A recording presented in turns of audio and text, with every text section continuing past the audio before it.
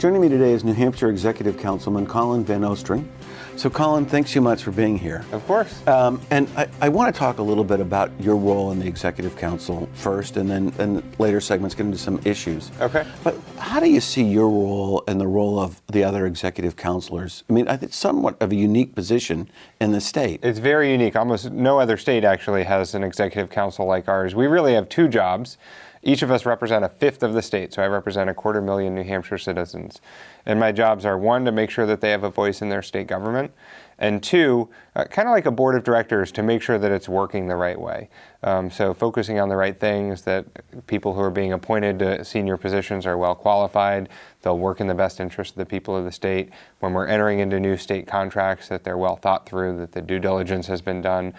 It really is a good government function. You know, New Hampshire has a government that's generally free of corruption compared to other states, and I think most folks would say works pretty well and does it on a shoestring budget, and I'm happy to be part of that. And so the Executive Council, every contract, right, that comes through the state, more or less, you guys vote on it. Basically, anything over, depending on the specifics of the contract, anything over $10,000 or $25,000, depending on the details. But you can imagine in a state with over 1 million people, the state government itself, we see hundreds of millions or even billions of dollars come through. So we see a lot of contracts, a couple thousand a year.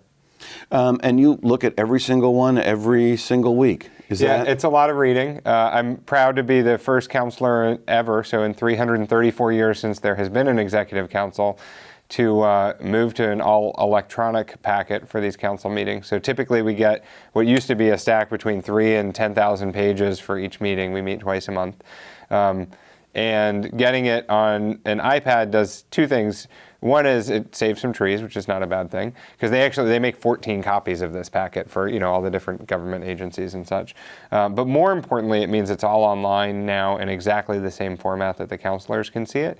And so that's good for public transparency, which is part of the whole point of the Executive Council.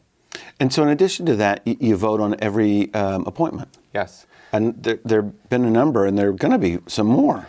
Yeah, we have, New Hampshire really is powered by volunteers in many ways. Quite literally, in a lot of cases, we have hundreds of boards and commissions that volunteers serve on, and most of those come through the Executive Council. Basically, the governor appoints somebody, and then 3 of the 5 councilors at least have to agree with her for them to be seated. And also we have folks who lead our state agencies, which often really is public service as well. And so we want to make sure we have people who are well qualified, free of conflicts of interest, have a good professional background appropriate for the role. And I've looked at a number of the votes, and it looks relatively unanimous, 4-1, 5-0 for a lot of them. Yes. Is it partisan at all in the council? It shouldn't be. Usually it's not. The vast majority of the votes that we take are about the mechanics, the kind of nuts and bolts of state government, that really often aren't in the headlines and shouldn't be part of partisan back and forth. And I think when the council's been at its best, you see that. It hasn't always been the case. There are some times from time to time where the council can be more partisan. We've had some more divided votes. Usually it's when an issue that kind of bleeds over into the council chamber, something that was very controversial in the legislature, and once that happens, it's hard to take the controversy out of it entirely. But 90-95% of the votes that we have are pretty straightforward. What's the hardest thing that you have to do, other than maybe getting through 10,000 pages in 2 weeks?